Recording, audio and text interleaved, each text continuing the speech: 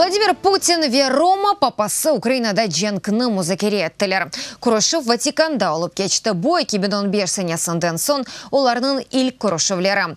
Кремль башлығы невбеттеки кере бір саатке кеч қалды. Музыкерелері 60 даққа девам етті. Сонында папам Франциск Путинге бірінші жан женкі бетмесінің 100 еллығына бағышланған хатыра медальны бағышлады. Анда барышылықта бір шей ғайып олынмай. Женкті есе әрше жойыла деп yazылған. Айны заманда Ромада Украина диаспорасының азалары Владимир Путинның Авропаға зеретлеріне қаршы митинг кечерділер. Олары Русия президентіні Гитлернен қияслап, Москваның Украинада орбита жавызы ве Қырымның қанунсыз ишғал етілмесі қанда хатырлатты.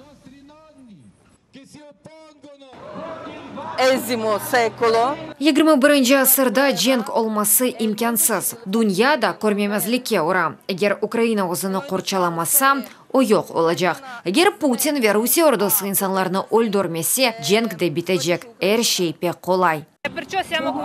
Мұнда Путин тоқта Украинаға тоқунма демеге келдік. Русияге қайтсын да, мұнда женгні тоқтатсын. Біз тынж бір халқымыз, еш бір заман кимсеге женг илан етмедік. Башқа мемлекетлерінің ішіне кірішмедік. Шымды есе Путин Қырымны тартып алды. Донецкте есе оның ордусы арбилерімізні, кимсенің балаларыны, ақайларыны ве бабаларыны өлдіре.